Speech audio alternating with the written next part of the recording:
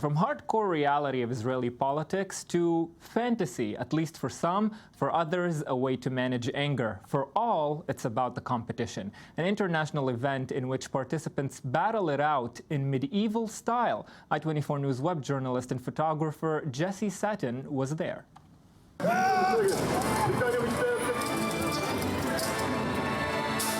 We are here at the 3rd Annual World Medieval Fighting Championships, the Israeli Challenge, held at Tel Aviv University, where 17 of the fiercest men and women from 10 different countries are fighting to defend their country's honor.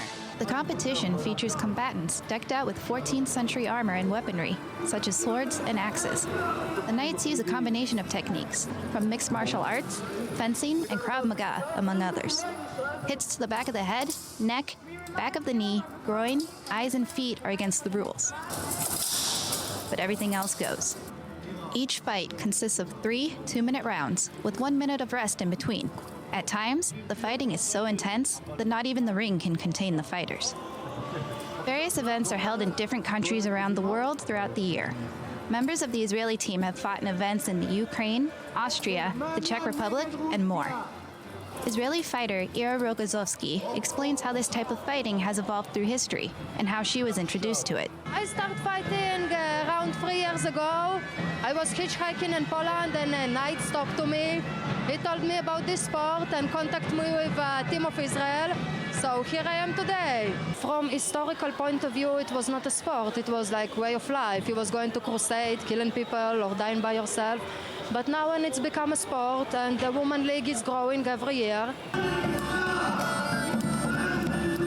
Each year, the event becomes more popular. At the 2015 World Medieval Fighting Championship in Rishon LeZion, 7 countries participated. This year, it grew to 10, with representatives from Israel, Ukraine, Russia, Germany, Estonia, Moldova, Belarus, England, France, and Denmark.